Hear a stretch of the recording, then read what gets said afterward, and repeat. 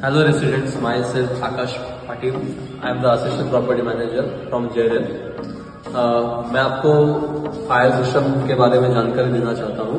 मैं अभी typical lobby में खड़ा हूँ एंड मैं आपको फायर रिलेटेड जो भी इक्विपमेंट्स लगे हुए हैं टिपिकल लॉबी में उसके बारे में आपको जानकारी देता हूँ।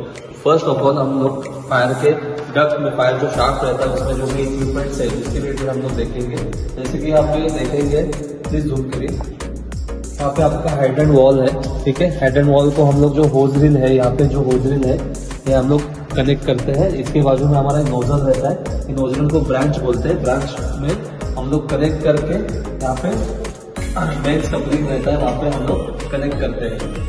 बेसिकली ये चीज फायर जो कि फायर ऑफिसर रहते हैं, तो फायर जो सर्विसमैन रहते हैं वो लोग यूज करते हैं। जो हमारा सपोर्टिंग स्टाफ है जनरली यूज नहीं करता है, बट इन केस हम लोग लगता है कि हमको यूज करना पड़ेगा तो हम लोग इसको यूज कर सकते हैं। इसकी ट्रेनिंग हम लोग दी जाती है। हम इसके बारे में आपको मॉक ड्रिल में भी बताएंगे। फ्यूचर में जब भी हम लोग कंडक्ट करेंगे इसमें इसके बारे में आपको भी बता दिया जाएगा। इस होल ड्रिल को आपको खींचना है, इसका जो कनेक्टर वॉल है उसको रोटेट करके आएंगे, तो उसमें से प्रेशर से पानी आएगा, उसमें जहाँ पे आग लगा है उसके तरफ एक करके उसको ऐसे डाइवर्ट करना है, उससे आपका आग जो है कंट्रोल में आना शुरू हो जाएगा, ठीक है। तो ये हमारा पूरा फायर शाफ्ट के रिलेटेड है। इसमें नॉर्मली हम लोग रेसिडेंट्स और सपोर्टिंग स्टाफ जो भी यहाँ पे मेंटेनेंस स्टाफ है जनरली होज रिल ही यूज करेगा, बट इन केस नॉलेज है अगर फायर हाइड्रेंट सिस्टम के बारे में तो वो हाइड्रेंट सिस्टम भी यूज कर सकते हैं। ऐसे ही सिमिलर शाफ्ट हमारा दूसरे साइड भी है, तो एक लॉबी में हमारे दो फायर हाइड्रेंट शाफ्ट है। अभी हम आगे बढ़ते हैं हमारे स्प्रिंकलर सिस्टम की तरफ। स्प्रिंकलर सिस्टम जो है टिपिकल लॉबी एंड फ्लैट्स दोनों जगह पे इंस्टॉल होता है। जैसे कि आप यहाँ पे देख सकते हैं जो रेड कलर के पाइप्स है जो फुल्ली प्रेशराइज रहते हैं पानी से, और जो आपके फ्लैट में भी सेम सिस्टम इंस्टॉल किया गया है। आगे हम लोग बात करेंगे हमारा फायर अलार्म सिस्टम के बारे में। फायर अलार्म सिस्टम दोनों जगह पे इंस्टॉल किया जाता है। जैसे कि कॉमन एरिया होता है flat lobby, floor lobby and जो भी फ्लैट के अंदर है जो किचन एरिया में हीट एंड जीएलडी रहता है वहाँ पे भी हमारा कनेक्टेड रहता है। तो पहले हम लोग लॉबी में जो इक्विपमेंट लगे हैं फायर अलार्म के रिलेटेड उसके बारे में जानेंगे। तो ये यहाँ पे आप देखेंगे तो यहाँ पे एक एमसीबी बॉक्स दिया गया है जिससे मैनुअल कॉल पॉइंट बोला जाता है।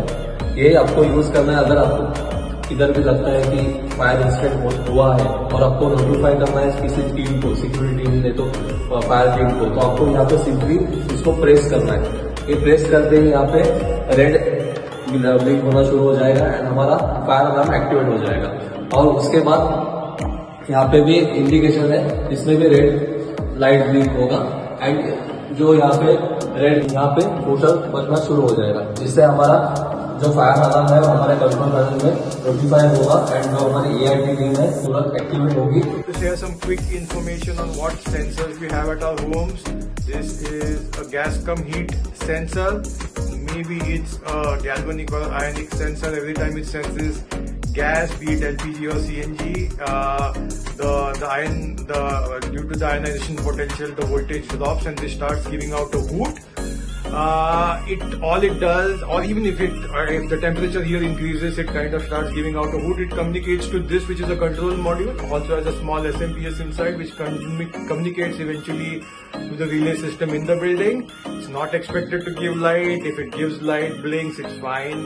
What we have here is a smoke detector. It's a photovoltaic smoke detector. If smoke goes inside, this lowers the connection between the two lights changes, and that's how it communicates out. Ensure that you don't cover this by anything.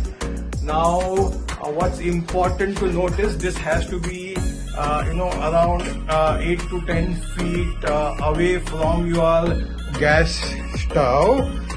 If you keep it far away, or if you reposition it, the likelihood of it not sensing the gas leak in case there's no fire is very high. Okay, now what happens once there is fire in your house or something like that happens? These things don't give out anything as water sprinklers. There is a small, every houses have these sprinklers. These sprinklers have a small bulb there, here. That bulb eventually bursts at high temperature and the sprinklers start operating.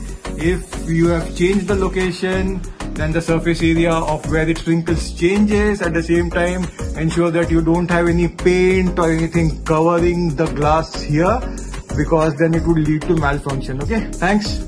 इस तरीके से हमने अभी fire fighting system and fire alarm system के बारे में detail में जानकारी ले ली है और ये सिस्टम आपको यूजफुल रहेगा in case of any fire incident. Additionally मैं आपको बताना चाहता हूँ कि 1 सितंबर को हमने फायर ड्रिल रखा है पूरे रेसिडेंट्स के लिए, तो मैं सबसे रिक्वेस्ट करता हूँ कि ज्यादा से ज्यादा क्वांटिटी में आप लोग पार्टिसिपेट करेंगे और इस नॉलेज को एक्वायर करेंगे तो सबके लिए बेनिफिशियल रहेगा। Thank you.